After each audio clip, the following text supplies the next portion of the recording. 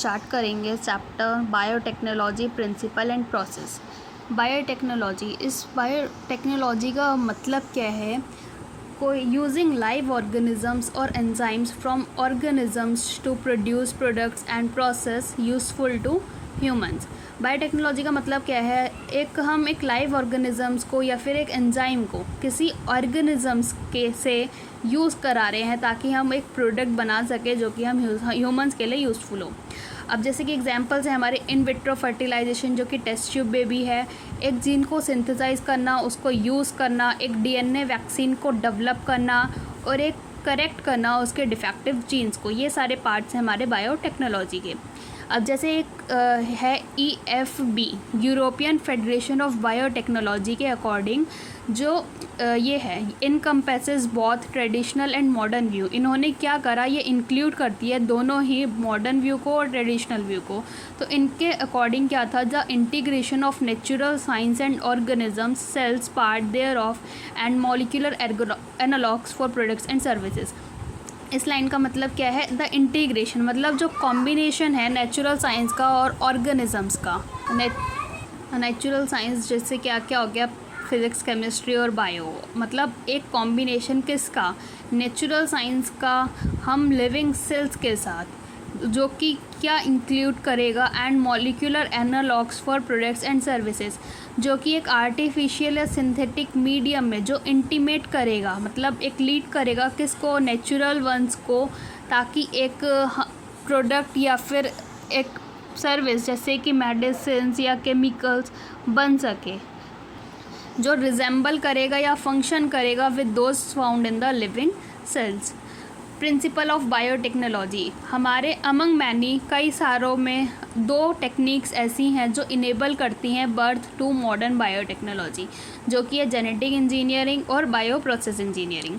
Genetic engineering ये क्या करती है? ये अल्टर कर देती है, चेंज कर देती है जेनेटिक मटेरियल की केमिस्ट्री को, डीएनए की या आरएनए की, ताकि हम इसको इंट्रोड्यूस्ड करा सके एक होस्ट के ऑर्गेनिज्म में और ये इस होस्ट ऑर्गेनिज्म का फिनोटाइप चेंज कर सके।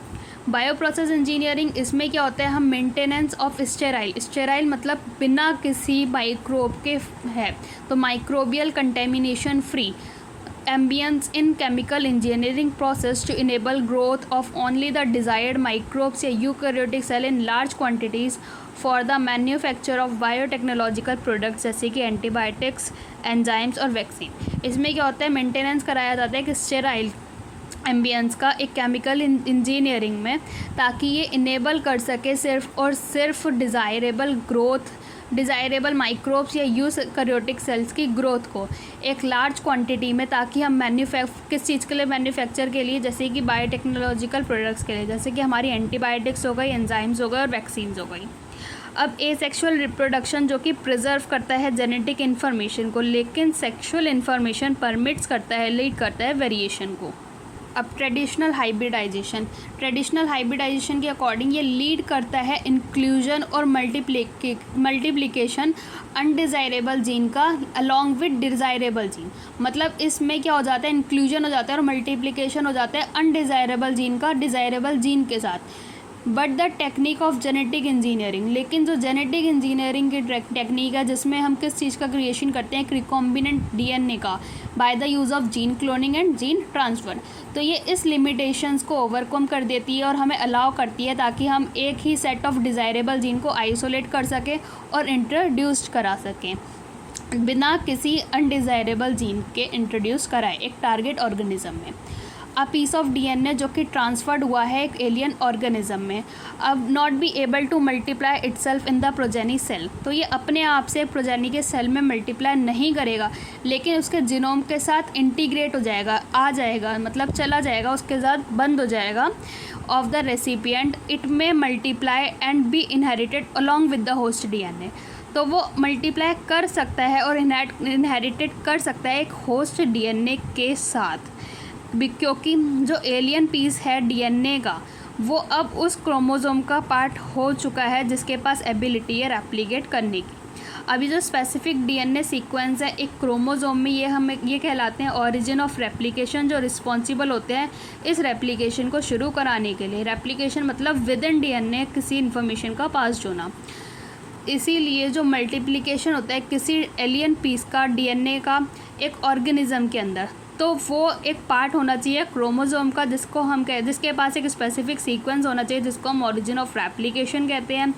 इसीलिए जो एलियन डीएनए है वो लिंक्ड होता है एक ओआरआई के साथ, जो रेप्लिकेट करता है और मल्टीप्लाई करता है इटसेल्फ अपने आप एक होस्ट के ऑर्गेनिज्म में, जिसको हम क्लोनिंग कहेंगे, और वहीं पे अपनी मल्टीपल आइडेंटिकल एक जैसी कॉपी बना लेगा किसी भी टेम्पलेट डीएनए के साथ। अब जो कंस्ट्रक्शन था फर्स्ट रिकॉम्बिनेंट डीएनए का, वो इमर्ज हुआ था, कहाँ से आया था? वो आया था एक possibility of the linking gene जो इनकोड कर रही थी एंटीबायोटिक रेजिस्टेंस के एक नेटिव प्लाज्मिड के साथ। प्लाज्मिड वो होता है जो autonomously replicating circular extra chromosomal DNA होता है। अब वो किसके साथ होगा? Bye linking gene encoding antibiotic resistance with native plasmid of किसके? साल्मोनेला टाइफिनोरियम के। अब हमारे जो साइंटिस्ट थे कोहेन और बोयर 1972 में इन्होंने आइसोलेट किया था एंटीबायोटिक रेजिस्टेंस जीन को by cutting out a piece of DNA from a plasmid, जो कि रिस्पॉन्सिबल थे फॉर कन्फरिंग मतलब गिविंग एन एंटीबायोटिक रेजिस्टेंस। अब cutting of DNA at specific locations, DNA की कटिंग कुछ स्पेसिफिक लोकेशंस पे कराई जाती है मॉलिक्यूलर सीजर्स के द्वारा, जिसको हम रेस्ट्रिक्शन एंजाइम्स कहते हैं। अब ये जो कट पीस है डीएनए का, ये लिंक्ड कराया जाता है एक प्लाज्मिड डीएनए के साथ, जो एक्ट करेगा एज अ वेक्टर। वेक्टर क्या करेगा? ये ट्रांसफर्ड पीस ऑफ डीएनए है जो उसके साथ अटैच्ड हुआ होगा। जैसे कि सेम हमारा मस्कीटो, जैसे कि हमारी लाइफ साइकिल में होता है, प्लाज्मोडियम की लाइफ साइकिल में होता है एक मस्कीटो, जो कि एक इंसेक्ट वेक्टर है जो ट्रांसफ़र करा देता है मलेरियर पैरासाइट को इनटू ह्यूमन बॉडी। ऐसे ही सेम वे में जो कि एक प्लाज्मिड जो कि वेक्टर है, ये डिलीवर करा रहा है एक एलियन पीस ऑफ डीएनए को एक होस्ट के ऑर्गेनिज्म में। तो ये जो लिंकिंग है एंटीबायोटिक रेजिस्टेंस जीन की प्लाज्मिड वेक्टर के साथ ये कराई जाती है, मतलब लिंकिंग मतलब जोड़ना। तो एंटीबायोटिक रेजिस्टेंस जीन को प्लाज्मिड वेक्टर के साथ कौन जोड़ता है? हमारा डीएनए लाइगेज जोड़ता है, जो उसके डीएनए के मॉलिक्यूल पे एक्ट करता है और उनके एंड्स को ज्वाइन कर देता है, ताकि वो एक नया कॉम्बिनेशन बना सके सर्कुलर ऑटोनॉमसली रेप्लिकेटिंग डीएनए का, जो कराया जाता है इन विट्रो, जिसको हम क्या कहेंगे? एक रिकॉम्बिनेंट डीएनए कहेंगे। जब ये डीएनए ट्रांसफ़र करा दिया जाता है एक ई कोलाई के अंदर, तो एक नया बैक्टीरियम जो कि क्लोजली रिलेटेड होता है साल्मोनेला से, ये रेप्लिकेट करता है using new host DNA polymerase enzyme and make multiple copies. अब ये जो एबिलिटी होती है मल्टीपल कॉपीज़ बनाने की इन ई कोलाई, इसको हम कहेंगे क्लोनिंग। अब हमें अगर एक ऑर्गेनिज्म के जीन को मॉडिफाई कराना है तो हमारे पास कुछ 3 बेसिक स्टेप्स होते हैं। जैसे कि सबसे पहले हम क्या कराएंगे? हम सबसे पहले एक डीएनए को आइडेंटिफाई कराएंगे, identification of DNA with the desirable gene. DNA को आइडेंटिफाई कराएंगे विद द डिज़ायरेबल जीन के साथ। फिर उस आइडेंटिफाइड डीएनए को होस्ट के अंदर इंट्रोड्यूस कराएंगे, और जो उस आइडेंटिफाइड डीएनए को जिसको हमने होस्ट के अंदर इंट्रोड्यूस कराया था उसको मेंटेन कराएंगे होस्ट के साथ, और ट्रांसफ़र कर देंगे उस डीएनए को उसकी प्रोजेनी में।